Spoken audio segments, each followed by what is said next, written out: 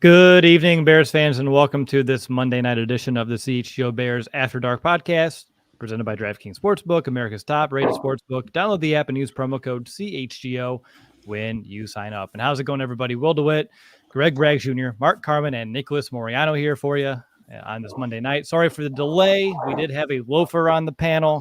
I saw a few people throwing in the comments, wondering why is everyone so late. I got blamed for this. Kurt's blaming me. No, this one is I must fall on the sword here. Last week the show was at 7. Apparently it got moved to 6:30. Apparently I didn't check my notifications properly. This is 100% on me. I apologize to the entire crew. I apologize to Bears fans everywhere. And quite frankly, I don't know. I'll have to make it up in some way, shape, or form that I haven't figured out quite yet. But I'm glad to be here now. It works out. Believe me. If I was, I'd want to shoot me too, Will DeWitt. That's what I would do. I would.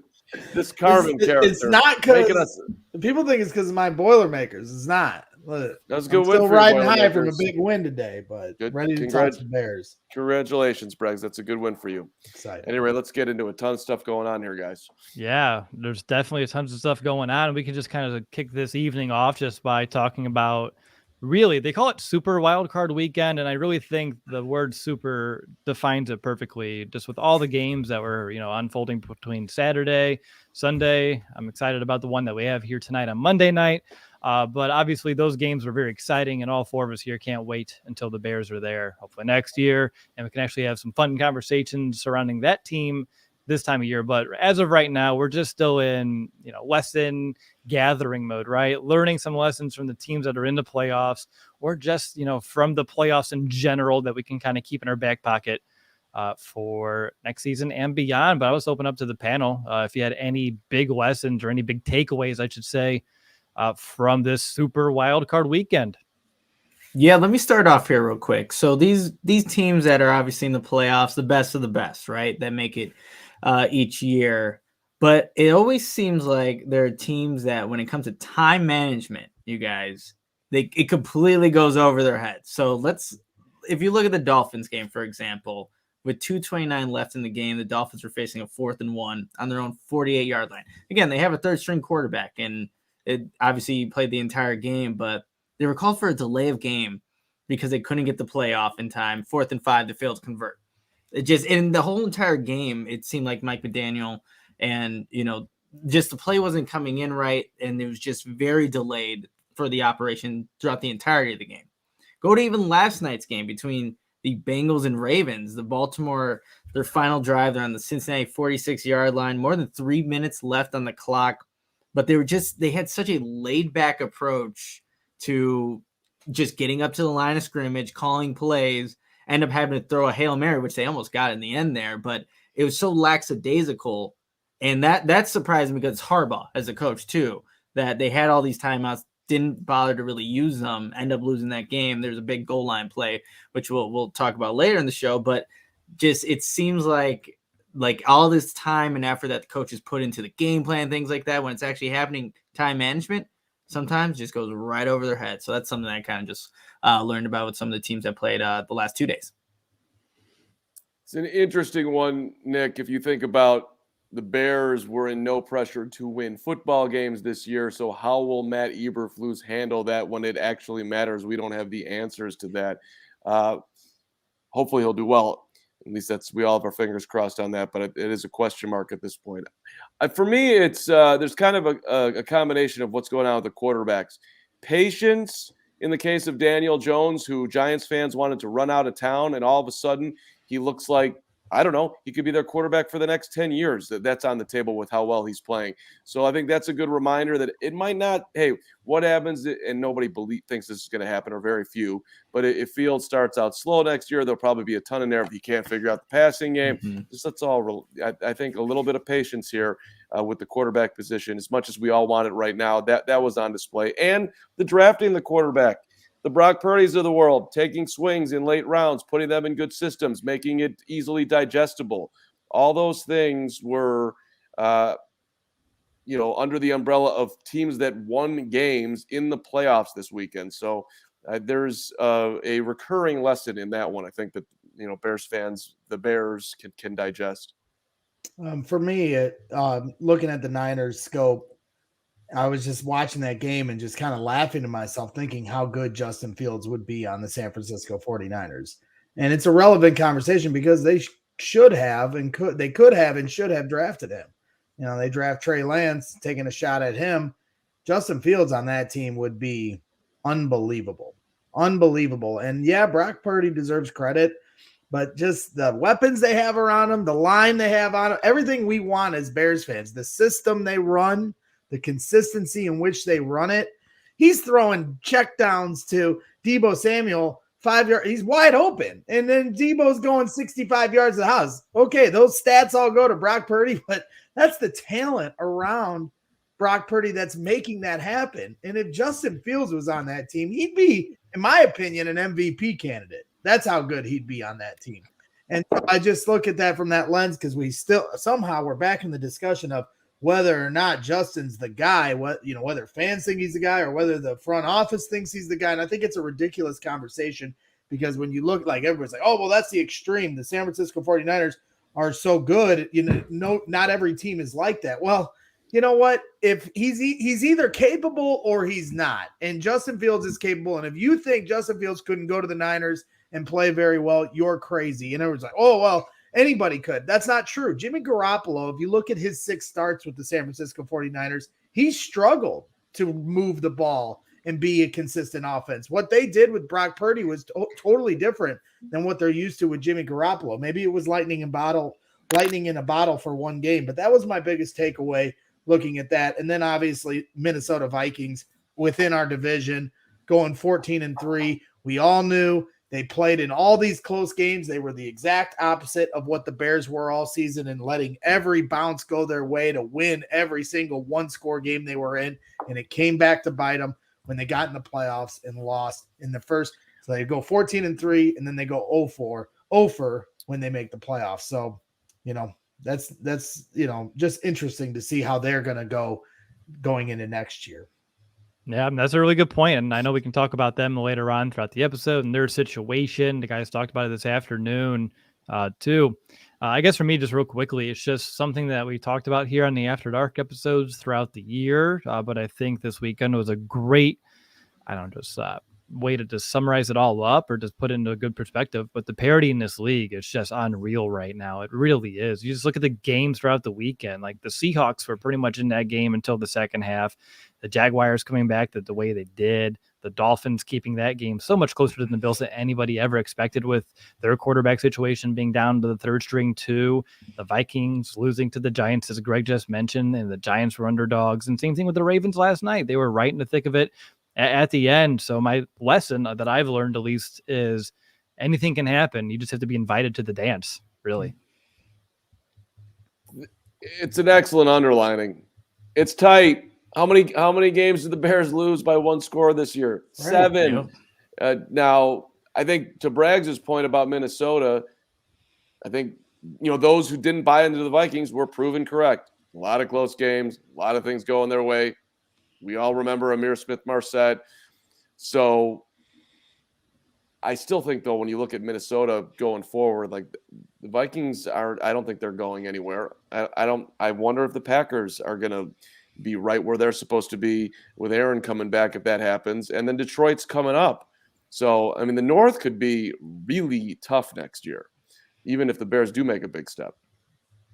Yeah, even though it took 1 week to bounce out everybody from the NFC North, was just the Vikings. But like you mentioned, Mark, there's, the Bears make this jump, hopefully, with their picks and all the free agents they bring in. And If, Rodgers makes another run, then you have to count in the Packers. That defense underperformed all season. Detroit showed you what they're capable of doing. And then, Minnesota, obviously, first-year head coach, they win 13 games. That's still impressive. But it seems like they're with Kirk Cousins, there's always like a cap that happens with that team. But we'll see how it all plays out. That's another year. I'm going full meatball. Aaron Rodgers is retiring, guys. The Packers are going to suck. The Lions are the Lions. They didn't make the playoffs. They're throwing parades. They're going to suck next year. And the Vikings, as good as they were, 4th and 8, and your franchise quarterback, everybody's like, oh, Justin needs to be a pocket passer. They got a pocket passer over there that throws 4,000 yards and 30 touchdowns every year. And he's throwing a 3-yard out route on 4th and 8 with their season on the line. They make all these jokes because we got a running back for a quarterback is all I ever hear. Well, guess what? Justin Fields would have got that first down. He wouldn't have thrown a 3-yard out route. So have fun with that. I'm sure Justin Jefferson, when he's looking at that extension down the barrels, I'm going to be thinking about that a few times. Rise and shine. We got this division, baby, in the bag. In shambles. Bears about to take it. There we go. About tonight, real quick. So we have the Cowboys versus the Buccaneers. Who you guys got tonight? Obviously, you can root for someone, but don't expect them to win. We all know where Nick's going with his dog named Brady after Tom and everything. Like, you don't have to ask the man who he's rooting for. It's number 12. To me, personally, it's a case of, like, I don't think I'm rooting for anybody. I just hope it's a good game, and hopefully some bets work out along the way, because I don't like the Cowboys. I love watching the Cowboys choke in the playoffs, but also I'm tired of Tom Brady because he's dominated pretty much my entire lifetime of football. And I want to see some other teams and other quarterbacks take this new era and just own it. But that's just where I'm at. What about you guys? Selfishly, for my picks, I've got the Cowboys winning the NFC. So I to make myself the genius that I am, I will be hoping that Dallas proves me correct, along with Greg Braggs, who also has that. But if Brady ends up staying in, it's always more entertaining when he's playing. If love him, hate him, whatever, it's more entertaining when he's there. And he's never lost to Dallas 7-0. Not that it matters because you're playing this Cowboys team, but there's a stat for you. So I'm just very much looking forward to what we're going to get to see tonight. Well, maybe, I shouldn't be surprised if they come out and win this game today, but their games have just been so ugly for Tampa Bay this year. Their game, it's not even when they pull out a win, it's like pulling teeth is really what they're pulling. It's hard to watch their games. So from that alone, I just would prefer the Cowboys to get through, just so we can have the better football teams advance. Then next weekend, another great weekend of football coming up. We can have these good matchups. That's basically how I see it. Yeah, I got the Cowboys in the Super Bowl, losing to the Bills. But, apart from that, yeah, I just, it's nice to see the changing of the guard with all these young quarterbacks starting to take over the league for sure. What'd you all make of the Bills yesterday, by the way? I mean, obviously they underperformed against a team that was playing their third-string quarterback, like at home too. It's not a good look, but I think, obviously you win that game, you put that behind you. Now you have Cincinnati. You can't, if you do that against Cincinnati, you're going to get blown out. Like, that can't happen. But I still have faith in the Buffalo Bills. I have them in the Super Bowl. I have them winning the Super Bowl in my picks here. I still think Tremaine Edmonds will look great in his defense. Just saying. Love that guy. He laid the wood on that one hit. He did.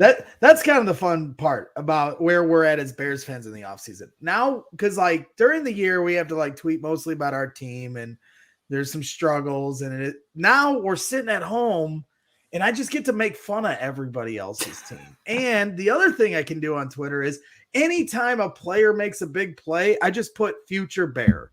Even if I don't believe it, I'll just every player the rest of the postseason and any free agent rumor I hear, future Bear every single time. It's a fun game to play. It really is. I think I was telling Nick about Tremaine Edmonds back week 1, whenever that Roquan crap came out before the game. I was like, that's okay. Tremaine Edmonds probably would be a little cheaper. Maybe as good. Yeah, I mean, they were drafted in the same draft. I think he's a more natural fit for this defense. There's a lot of ways that we can dive into it, but we'll get there in due time. It's a long off season ahead for us. Anything else about this weekend or anything of that nature, guys? I know, Nick, you're talking about the time management. That was making me scratch my head last night a bit from Harbaugh. The only thing that I thought about was maybe you just try not to give Burrow another chance, and they're going to go for 2 and then try to win that game. But I felt like they shot themselves in the foot more than anything with like the lack of chances they could have had because they let so much time tick off the clock there. Yeah, no, that's a good point. One thing I do want to mention about that Minnesota Vikings and New York Giants game, like we always talk about the Bears not having a lot of receivers. You could say that about the Giants when you think about it. Other than Saquon Barkley, in terms of actual playmakers, like there's not a lot of guys that stand out, but Isaiah Hodgins, who the Giants, I believe, picked up in November, had over 100 yards in that game receiving. And that's a byproduct of what, Brian Dable and obviously Daniel Jones were able to do. And I look at how they ran that offense and think, man, okay, Justin Fields, obviously a quarterback that can get outside the pocket and get yards with his legs. But also, hey, if you can get a similar style of getting whatever playmakers you have available, the most out of them, like you did with that Giants offense, like that would be a sweet spot to be if you're the Bears, next year with Luke Getsy, if they can get to that point. But yeah, Isaiah Hodgins is not supposed to get 100 yards in a playoff game. He did yesterday, which is pretty incredible. Couple other for me. J.K. Dobbins should have gotten the football. Baltimore, what are you doing? Give it to your running back who wants to plow in and kill everybody and who's now calling you out after the game. I'm completely with him. That did not add up. And I just, it's not getting any real conversation because the Bears lack of talent. But would I rather have Brian Dable than the Flus? I think you got to be impressed with what they've done over there. I mean, what they have done with Daniel Jones is impressive. And I also pointed what the Vikings did, even bowing out. Kevin O'Connell, you win 13 games your first year and a lot of close games. That's impressive too. So I get it. Didn't have the horses, built a culture. No reason to be down on the Flus, but it does. There's some first-year head coaches doing pretty well. Yeah, and I mean, he was a big favorite of all, like a lot of Bears fans. I'm not going to say all. A lot of Bears fans run this time last year when the head coach search was like underway, and they're coming up with a short list of candidates, and he was someone that they interviewed. And yeah, it's interesting to watch the first-year GM head coach tandem do what they did in New York. You hit it with the more talent to kind of work with off the gate, but still.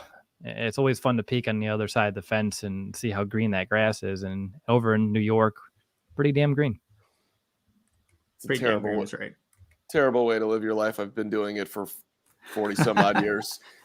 Grass is always greener somewhere else. Let's put 2 feet right here on Bears After Dark, baby. Let's go. Boom. To continue this conversation, you guys, got to tell everybody about Shady Rays, which are premium polarized shades featuring world-class optical clarity, substantial durability, and styles cater to everyone and every lifestyle. The best part about Shady Rays, they have the most insane protection program in all of eyewear. If you lose or break your shades on day one, they told us they'll send you a brand new pair, like the one that Greg has right now after watching the stream right now. No questions asked. So even with that strong protection program, I can tell you that holding in my hand seems like just as good as any expensive pair I've ever owned. I've had a bunch of sunglasses. Shady Rays, you'll look just as cool as Greg if you get yours right now. Maybe and Shady cool. Rays, maybe.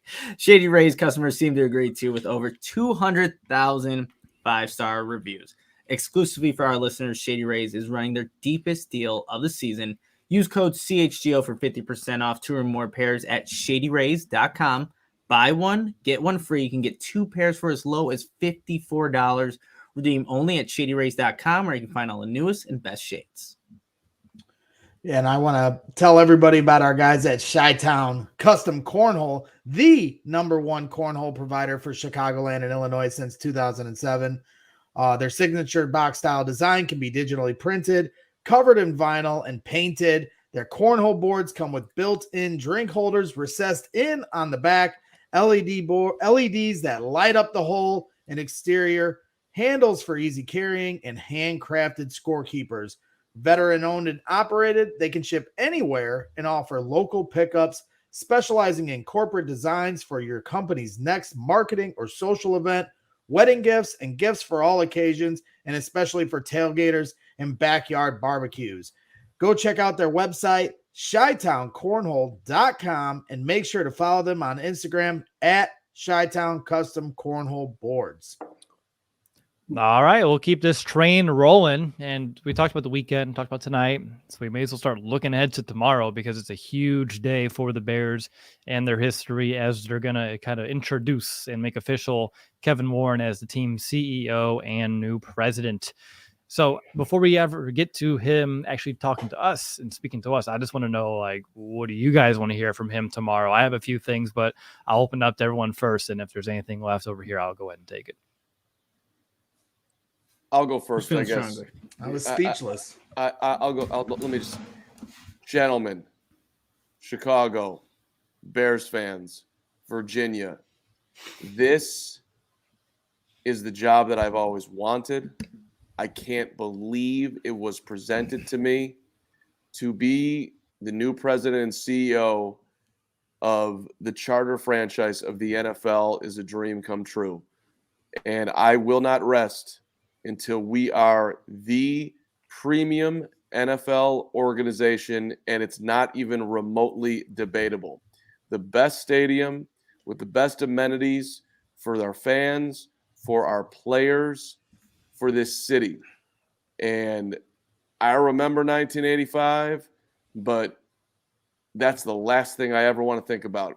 I want banners, and I want many, and I will not rest. I will not even go to the bathroom until I have done something in every single day to make us get there. And I am internally grateful for this opportunity. Thank you. Goodbye. That's what I'm looking for. You can go to the bathroom. It's unhealthy to not. Greg, you need to build a brick wall right now. I'm about to run through that after that speech from Mark Carman. Hell yeah. No, if he comes out and says brick by brick, it's over. It's over. I will. That's a walk-off on the job site. No, I for me, I echo a lot of what Mark just said, because it can't just be about the money. Everybody knows he's a money guy, but we want success on this football field. When they put Ted Phillips' resume up in the final week of the season, and Ted Phillips is retiring, and here are his accolades. He was the president for this amount of time. Like we want, the success of the franchise on the field, part of this next president's resume. Stadium's going to be great. It should be great. I don't care who the president is. You put billions of dollars into a stadium. It better look nice. I know he has a reputation with building stadiums, and that's great. That's what you should do to hire. But we want a winning franchise on the football field. And people can say, oh, well, the president, Ted Phillips is a money guy. This guy's a money guy. They have an effect on the team on the field. There are different situations that Ted Phillips was involved in the decisions of who the coach was going to be, who they could have traded up for a running back like LaDainian Tomlinson, which was vetoed, reportedly by Ted Phillips. Those are the things that do affect what we see every day, every week on our television screens and when we're in the stands at Soldier Field. So I want this guy to really make a stance of how he's going to make an impact, not only making this a successful franchise in the pocketbooks, but on the football field as well. Yeah, I think for me, honestly, if he just comes out and says, I want to take the Chicago Bears organization and move it into the modern era where everybody else is at, because it seems like for so long, just with current ownership and how things have been run, it's been a thing of the past where everything's they do the same thing, stay by the books. But with Kevin Warren, he does have different ways of thinking. See how he gets these $7 to $8 billion media rights deals done. You bring USC, UCLA. Those are not just common moves, right, by anybody, right? So just a new way of thinking of how to approach it, this new stadium, whatever they end up doing with it. and how that can cater to Bears fans, right? Because I think that's going to be a big part of what he's going to obviously be a part of when he starts, I think officially what is April 17th, but that's what you want to hear. We're not going to hear him say whether or not it's actually going to be moved to Arlington Heights. He's definitely not going to say anything like that. But man, if he says it, Mark, I know you won't be happy, but I know, there will be a large portion of Bears fans that will agree with that. But that's kind of the big takeaway for me. Like, get the Bears in the modern era in terms of a facility that works, that caters to them, and that will also cater to the fan base, because just having traveled to some of these other stadiums, the Bears are in the past. They need to get in the present. Let me just add on this, Will, to Nick's point, and then I can't wait for what you're going to say here. I was born in 1963. The Chicago Bears won a championship there at Wrigley Field with great Dick Butkus, with Ed O'Bradovich, with just the salt of the earth. And you know what? We're the Chicago Bears, and everything as far as being the Chicago Bears, as far as our future stadium, is on the table. We will, of course, be exploring other options, but we are the Chicago Bears, something along those lines. Please, Chicago Bears, let's go. There you go. I like it. You can be a ghostwriter for introductory press conference speeches. I'm not going to lie. You got a knack for it. Thanks, Will. It was rolling off the tongue. I mean, you guys hit on it. I mean, stadium's going to be a buzzword. I don't care if he says Chicago. I don't care if he says Arlington Heights. If he says new in stadium, I think everyone's going to be happy, and that's probably the middle ground that he can kind of walk right now. But I just want to hear about why he believes he's the right man for the job. What's he going to bring to this organization in terms of like the culture? Obviously, he doesn't have like direct relationships with like the players in terms of like he's not the GM. But what I was reading an article yesterday in like the Chicago Tribune.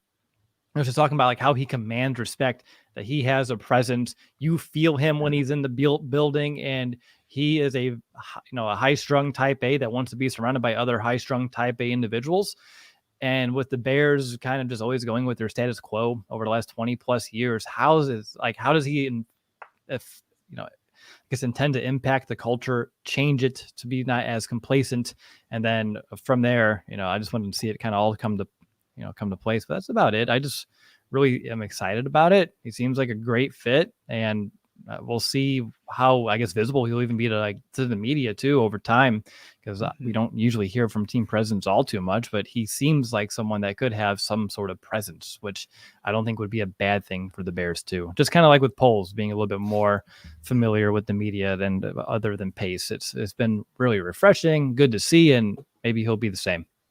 That's about it. Nothing crazy, Carm. And I'm seeing people in the chat, my guy Chubbs and Robert Friel talking about, they don't care they don't cater to the Bears fans. They don't care about the fans. They're just worried about making money.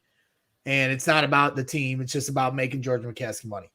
You know what? That's their job, is to make money. That's fine. Tom Ricketts, when he bought the Cubs, he's there to make money too. He's there to improve everything around Wrigley Field to make it this attraction.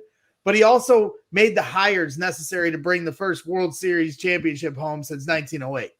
And when a team is winning, that's when the money flow really is coming in. So you can talk about all they care about. If all they care about is money, then they should care about winning Super Bowls, because they're going to make so much. They're going to make money hand over fist. Then you're making money no matter what if you're a Chicago sports team. But when you start winning championships, it takes it to a whole nother stratosphere. So their goal should be, even in spite of the fact that they can get our money, they're going to get my money no matter what. But if they win championships, they're going to get twice as much money. So they can make all the money they want as long as they win me a damn Super Bowl before I die. Hey, brick by brick, are you out? You're out over your skis here. You more than anyone, as you get a little left nostril pick here. Dude, we are going to have the most fan-friendly stadium. We are not going to charge $18 for a beer in our new place. We want you to come out here and feel like you can enjoy the ball game. Hot dogs are going to be, $3-4 because we want you to enjoy what the Bears are going to be. We have enough money. We've been incredibly successful. I have been instructed by the McCaskies to make us the most fan-friendly team in the NFL. We'll still make plenty of dollars. Everyone's going to be swell. Everyone's going to be great. Wouldn't that be awesome to hear?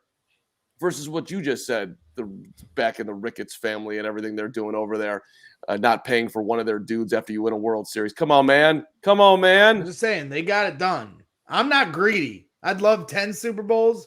I'll take one at this point, Mark. You saw 85. Sure. Listen, they win a Super Bowl. That's fantastic. They have a consistent, but you can do both, man. Arthur Blank and the Falcons, now it's different. They have to incentivize people to come to games. They don't have the rabid fan base that we have in Chicago, but it wouldn't, and the Bears have had to, because of the Park District, whatever else. I mean, I'm thinking about the fans, man. Concession prices at Soldier Field have always been miserable. Why can't that change? Why can't that be different going forward? Why can't we, it's ridiculous. We've got you caught in here. Yeah, you do. And you don't have to take advantage of that. It'd be a cool thing if you, took a couple dollars off the table to, just show the fans how much you appreciate them. I don't think that's asking too much. No, not at all. I will say $7 beers for the Colts game. That's a good price, relatively. Hey, I'm not fighting any of that. I'm just saying they can make their money. I'm just telling you, win Super Bowls, you'll make twice as much money. The jersey sales, everything else that comes along with it. Will, do you know how much a beer is at Soldiers? I don't know. 18 sounds about right. Is that right? It feels like it's in the double digits. I'll tell you that. I remember a chart that came out in the beginning of the year. It's like, how much does it cost to go to a game? And for Chicago, like you said, like the concessions were just so much higher. It felt like than any other team in the league. It's always been like that. Yeah, but $7 a beer, it can get dangerous. Just letting you guys know. you can walk out with two, and it's the same as like it's cheaper than one. You're like, hey, what do you know? But not that I know from experience. And just for the record, those $7 for a beer is insanely expensive. That's a case. You're still making a ton of dough at $7 a beer. We have Anthony over here say he got one for 12 at the finale. Yeah, I think they're like 11 or 12. Okay. Still 12. They had Double some digits. surplus to just shell out. Yeah, sure. All right. Well, real quick. Anyway, we were all speechless. From beer prices to back to some football talk. Just going through our notes here. I think all of us were a little surprised to hear that Matt Nagy, old friend alert, getting a chance to interview to be, if I'm not mistaken, it was the Titans offensive coordinator. Yep. Mm-hmm. Wow. I mean, look, anytime we associate with Patrick Mahomes, I think, it's going to do good things for you, right? It doesn't matter. It doesn't matter how much you do, but I'm sure, obviously Matt Nagy had some parts to play there, but it's like another opportunity. Now that he doesn't have to be a head coach, I think that would be fine for Matt Nagy being an offensive coordinator. He doesn't have to manage everything. He was trying to call plays and doing so much here in Chicago. Obviously it didn't work, but maybe just as an offensive coordinator for the Titans. I don't know who's going to be their quarterback next year. That can make things a little bit more difficult as an OC, but yeah, it doesn't surprise me that his name's popping up again. I'll say that. I get it, but his play calling track record isn't so hot. Yeah. Even I understand he was multitasking, but we never knew if he called plays in Kansas City or not. After that one little stretch, in the playoffs, I remember the huge confusion around, was he calling plays in that final playoff game for the Chiefs or not? And then he came to Chicago, and as Carm said, it sucked. So for him to get a chance after a year away, cool. If that's what the route they want to go, it doesn't affect us. It's an AFC South team. All right, great.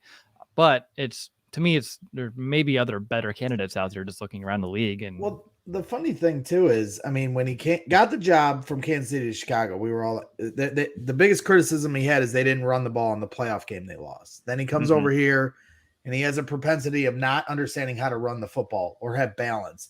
At one point, they run a franchise record low 7 carries in a game against the Saints. And he has the audacity after the game to say, well, I didn't come here to run the I formation. Now he's interviewing for a job with one of the best running backs in football. True. And that's what they do there. I don't know if he fits the profile of what the Titans are trying to do with the ground and pound, unless he's learned the error of his ways. Like you guys said, there's probably better candidates out there that have an understanding of how to make a run game work. Phenomenal point. Know your roster.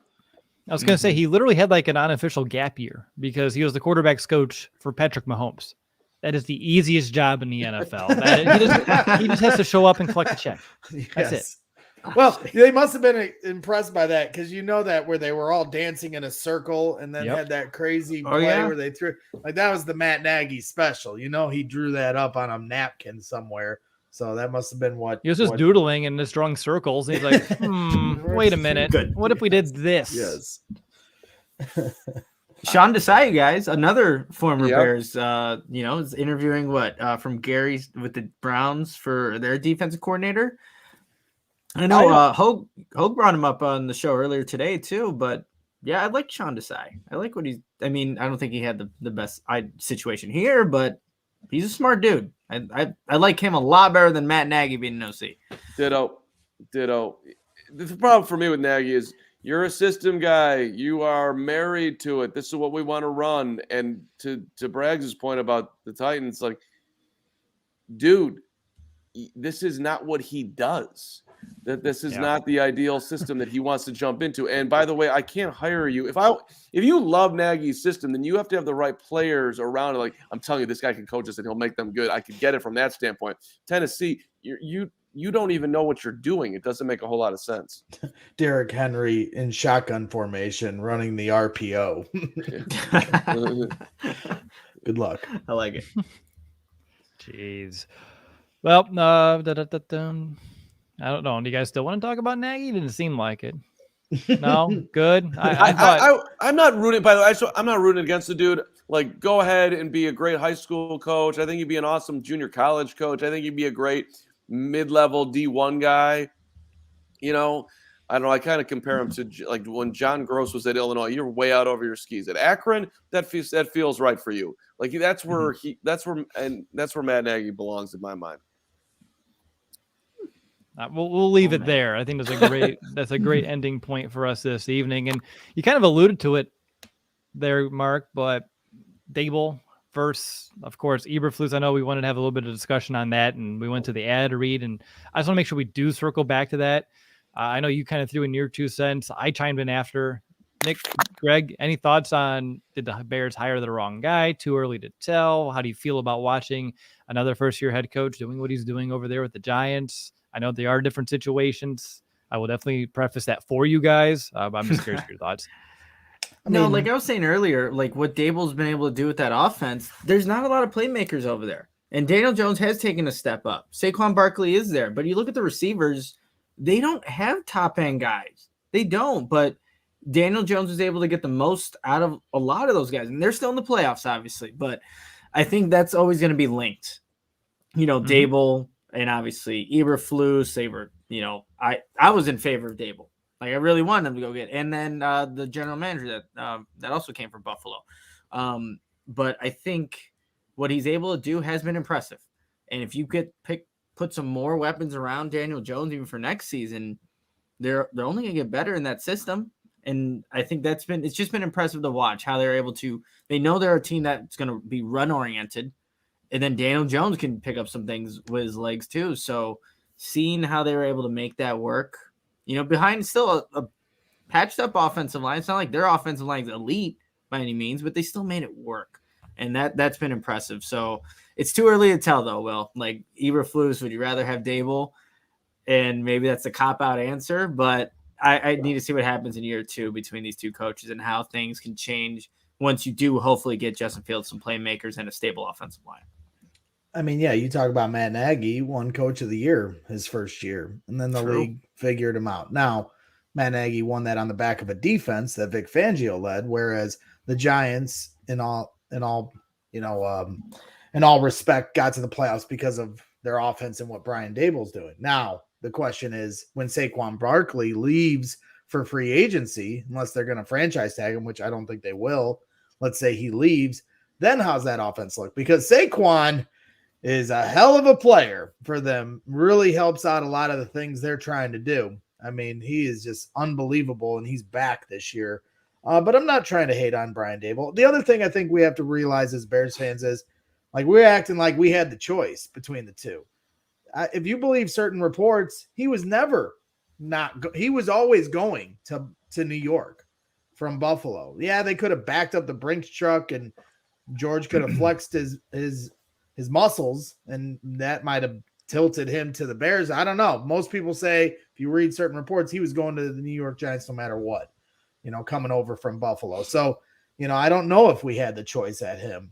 If it was me, I would have picked an offensive head coach coming off this. People wanted to avoid it because of the train wreck that was Matt Nagy, but people say the Eberflus was a safe hire. I don't know, but I definitely think it's too early to judge. Eberflus deserves a lot of credit for, and I think people lose sight of this because of the final two games being as ugly as they were, but they were competing in every single game with the worst roster in the NFL. Don't you dare look bored down there, Carm, because it is the truth. And I think people forget that because of the last 2 weeks of the season. You lost me at a ton of credit. I don't mean what to. What else is he supposed to do? I mean, he made it. He did everything he could with this roster. As I pointed out at the end of the year, the fact that he got the secondary to develop and continue to play better in December with a pass rush that was the franchise worst pass rush they've ever had. You don't get better as a secondary when you're not getting to the quarterback. They were able to do that under this defense. They were. Are they perfect? No, but I just think there are bright spots you can look at. It's easy to go to the low-hanging fruit of everything that's wrong with this team. To me, there are bright spots to look at. It's not a finished product, and there still is a lot of questions to be answered, no doubt. I actually want to know what you guys believe the Bears are feeling after watching the playoffs, because we saw how it all shaked out. The Bears played a lot of these teams, and they played most of them well. You beat the 49ers. You only lost to the Giants by a score. You only lost to the Vikings in the first matchup by a score. That was kind of kick your ass. Miami only lost by 3. Right. The Eagles only lost by 5. The Bills, they kicked your ass. But again, by and large, you were in those games. Right. They were only down 7 to the Bills to start the fourth quarter of that game. Exactly. That speaks to your point, Will. You're talking parity, which speaks to my point, too, that they competed against a bunch of playoff teams. I had trouble getting that one out. And where I'm pushing back on you, my soldier brick by brick brags, I just don't like. I'm in on the Flus. Let's go, Flus. No problem. You're the guy. You did a good job. Fine, but I don't think we need to bow down to him. And I also. Well, there's a little bit of a bow going on about that they played hard and they were competitive. Dude. You've been saying it all year too, how good the culture in the locker room is. That's true. Yes, they and I, Nick's been in there more than I have. Will, you've been there after games which I haven't been. So you guys can speak to that better than me. But it's true. It has been. And these dudes are playing for their livelihoods. If they weren't playing hard, that would be one of the that would just be a huge condemnation of the coaching staff. So I just don't want to completely give them too much credit. We played hard all year long. When yeah, they played hard. They're a bunch of young guys that are fighting for their lives in the NFL. Of course they were playing hard. We are at a point with Flus we're not trying to push him out the door, but I'm also not trying to sign him to a 10-year extension either at the same time, if that makes sense. Makes sense. Good point. Yeah. Like that. And I think the whole playing hard thing is that the reason why I respect it and I hold some stock to it is the lack of talent. And then also that's literally the first thing he told us when he got here. My teams were going to play hard. They're going to play with hustle. They're going to have intensity. We're going to be smart.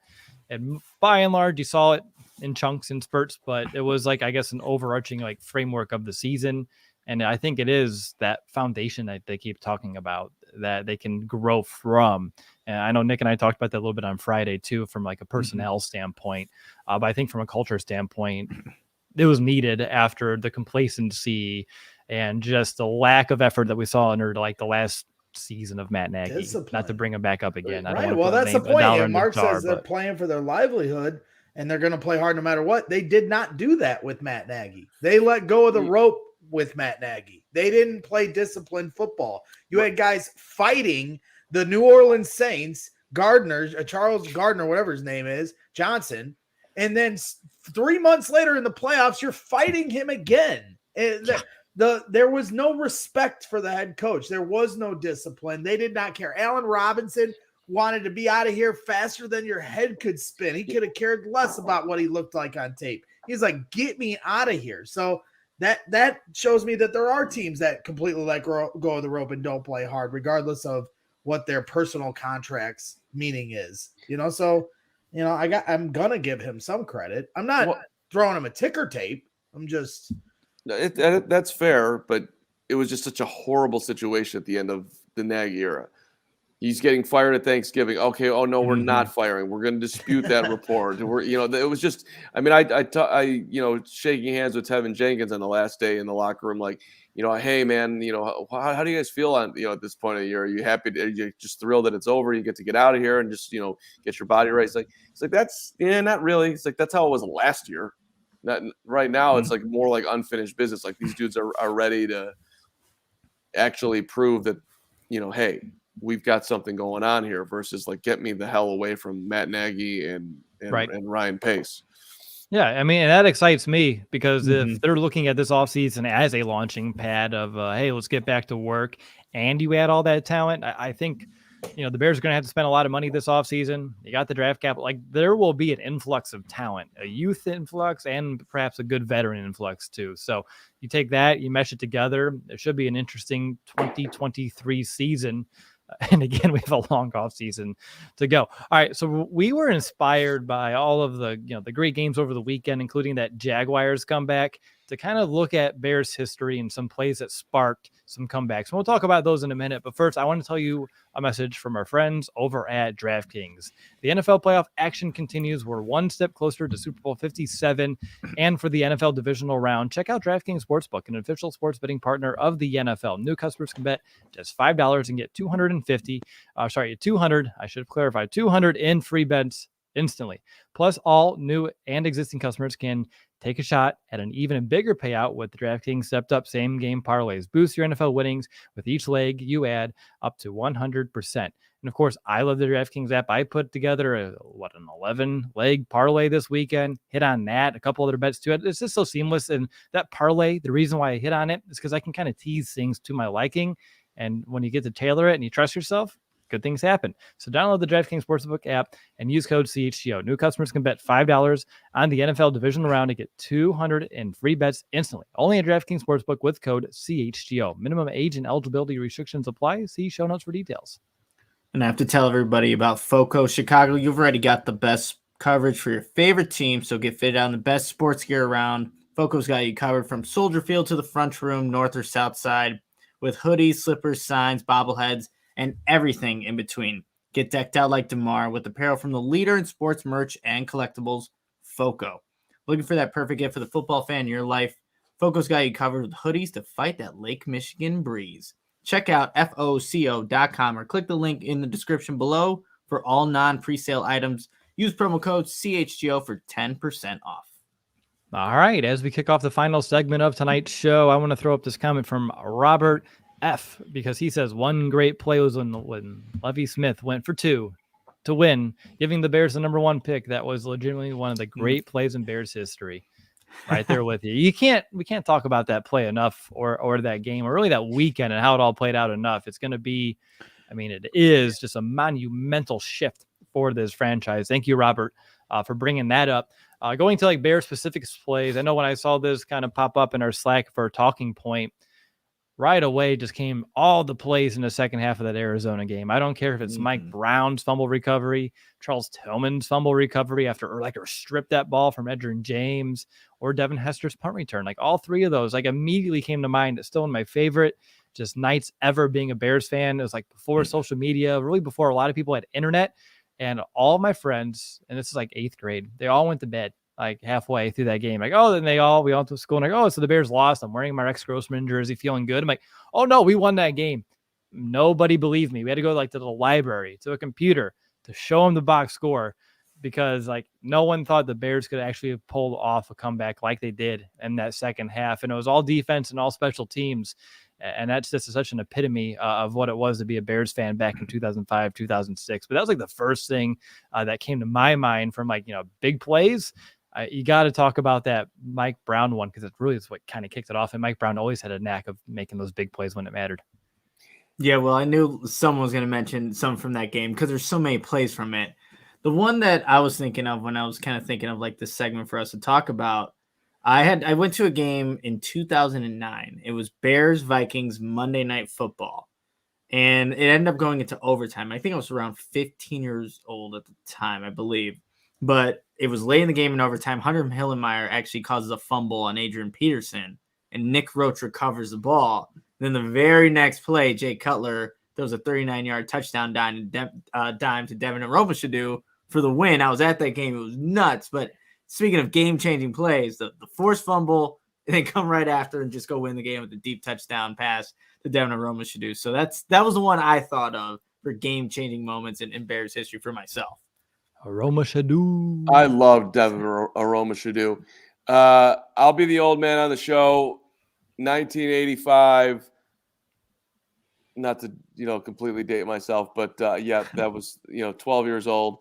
And Thursday night, we all know the story. Down 17-9, third quarter.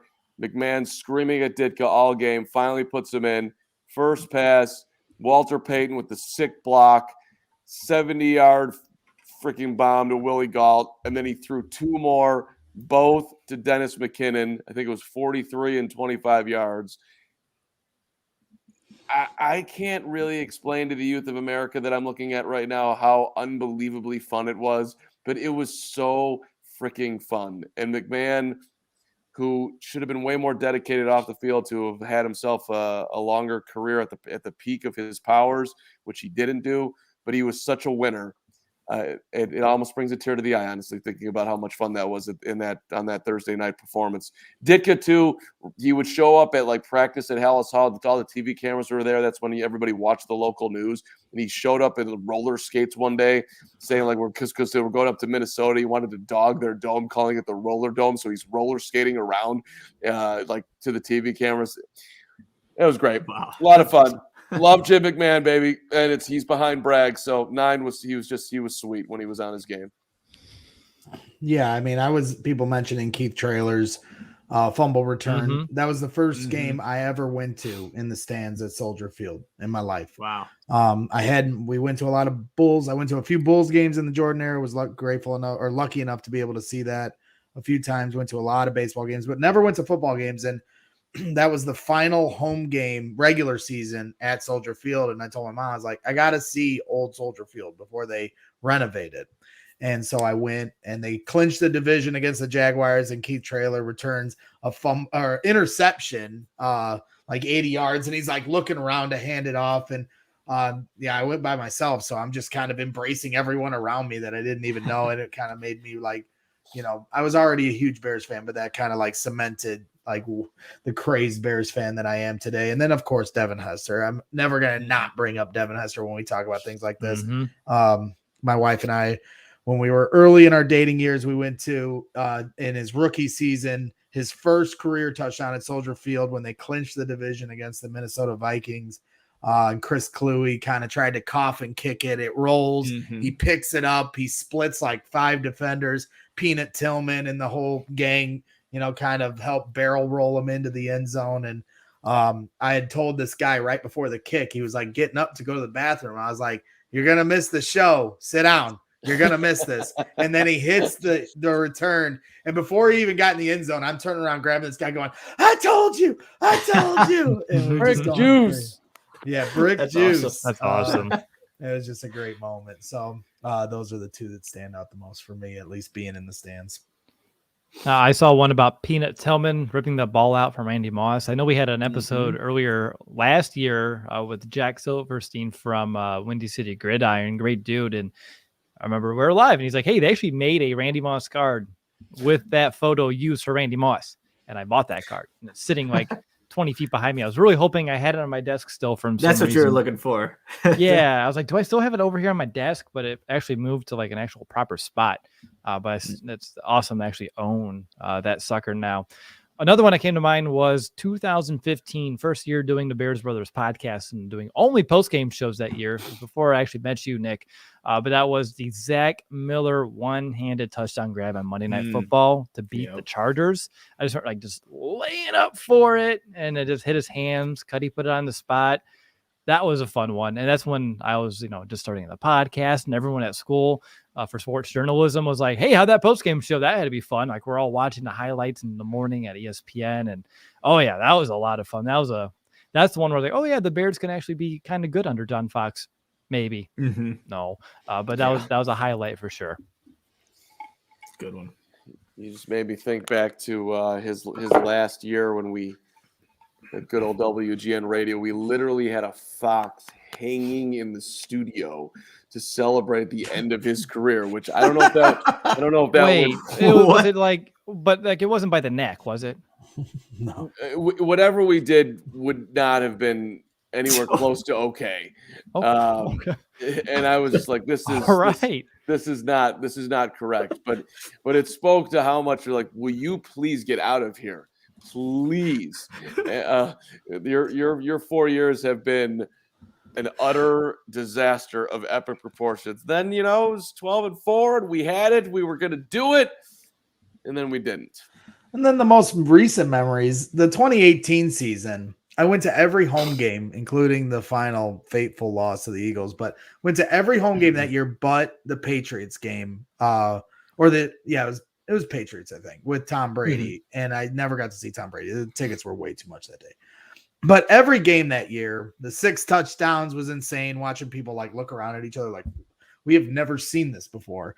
But the thing that stood out was the primetime game, being in the stands for the Kirk Cousins primetime, where he was like, oh, they picked us to be on primetime. And then the Bears just hit him in the mouth. Eddie Jackson with a pick 6. And like that season with the club dub and the vibes of that team and their touchdown celebrations were just so much fun. And yeah, they did the row the boat and everybody's in the line. I got a great video of that. And like the vibe of that moment, that was another great moment, game changing, because that was like, all right, they're going to the playoffs now. And then they beat the Rams on primetime a few weeks later at home. And that was also an epic home game. I'm hoping for some of those next year. I'm hoping for more of those Eddie Jackson vibes next year where he gets some pick 6s and we can start really enjoying, talking about a winning team on this football field. So that's where I leave it. I'm with you. Been podcasting about the Bears since 15, and we've had a season and a half that you can count as a winning season. Has that been about it? Like 2018, and then do you count 2020? I don't really count 2020. No, it's miserable. Yeah, but that's been about it. So no, I'm with you. It's only so many times you can do this. Like we got to do something different, and it's not on us; it's on them. I slightly enjoyed when they were 5-1 that year, but we all knew it was smoke and mirrors. Yep. Too much Mitch versus Foles. That was the problem. It was we couldn't focus on the team because everybody wanted to argue about the quarterback. And now we never argue about the quarterback. No, I kid. That's all we do. We had that for a bit. I will say there was like a 4-week stretch where everyone was holding hands and singing Kumbaya. Justin Fields is the guy. Well, that's why I'm on a heater on Twitter lately, because I'm sitting there. I got all these people. I don't know, since the offseason started, got all these people like beating me down about that Justin Fields is not a good quarterback. And I'm like, how did we get here? I didn't think in a million years when the season ended that this would be the biggest question. I guess I should have known better. But I think if we had been picking 3 or 4 or 5, this whole quarterback controversy that we're under with this constant conversation of what they're going to do probably wouldn't have happened. But the fact that we lucked our way into number 1, now we're vaulted back into this. Are we going to take Bryce Young or Justin? And it's it's driving me insane because I'm like, did I have a delusion during the year that made me believe that Justin Fields is a good player? Then I go back and watch some of these games, and I went back and watched some of the games he was on a heater for. I'm like, no, he is a good quarterback. And I'm not going to listen to these meatballs tell me he's not. And I cannot wait for him to prove all these players wrong and shut everybody up. Love it. There we go. In the chat, Robert F. Great Bears years that he remembers. 01, 06, 10, 18. Boy, I wish there was more than that since the start of the new millennium. My first year watching the Bears was 01. I was in third grade. I was 7 years old. Didn't really know what I was watching. Wish I could have appreciated it a little bit more. I just remember 13-3. I remember going up against the Eagles in the playoffs. Two dudes hit their head so hard that it took them like 10 minutes to get the helmets pulled off with one another. There's a huge stoppage for that. And that's all I remember from that season, other than a lot of sharing number 54. Well, the other thing that was memorable about that night, and Mark might remember this because he's a staunch Jordan fan, like such as myself, but the Bears played the Eagles in the playoffs that night, and Jordan had returned to Chicago as a Wizard to play the Bulls on the same day, correct? Wow. Yep, that is a true story. And I was at that game, and that's when Ray Clay got fired because he said he wanted to introduce Michael the same way that he always introduced him, and that didn't fly with upper management with the old Bulls. But Dick, just come on, man. That standing ovation never ended. Just kept going and going and going and going and going. And I was rightfully like, so. Rightfully damn so. Yeah, exactly. Yeah. All right. Any final thoughts, guys, before we wrap up tonight's show? Go Tom Brady. No. But again, I don't care. I love watching the Cowboys lose in the playoffs. It's like an annual tradition here at the house. I'm walking over to Flo and Santos, gonna enjoy some cuisine and watch the first half and come back and watch the second. So I'll be watching a half hour earlier than planned. Yeah. Yes. Again, my apologies. I will never put myself in this position again. So, but loaf. That's the last. Send him some Wonder Bread. Yep. But live and learn. So glad we were able to do this tonight, guys. A lot of fun. Yeah, absolutely, always is. Greg, Nick, anything else? Nope. Oh, not Nick. Good to go. Ranted enough. I got to go back to harassing people on Twitter now. All right. Sounds good. You keep up the harassment. You don't hang any more foxes, and we're not going to root for Tom Brady. That's how I'm going to close tonight's show. Thanks for everyone for tuning into this night for this After Dark edition here for this week. We really appreciate it. If you haven't yet, head over to like Apple Podcasts, iTunes, whatever it is on your phone or your device. Leave us a review. We love to see those come in. Let us know how we're doing. Let us know who you think the Bears should find in free agency or the draft. We'd love to see all your comments kind of throw themselves towards us in that avenue. And if you haven't yet, go to allchgo.com/diehard, become a diehard, join our community that we're growing here. We're really proud of it. And it's really only getting started here. And we'd love to see you kind of join as well. But thanks again, everyone. We'll see you soon. But until next time, bear down, Chicago.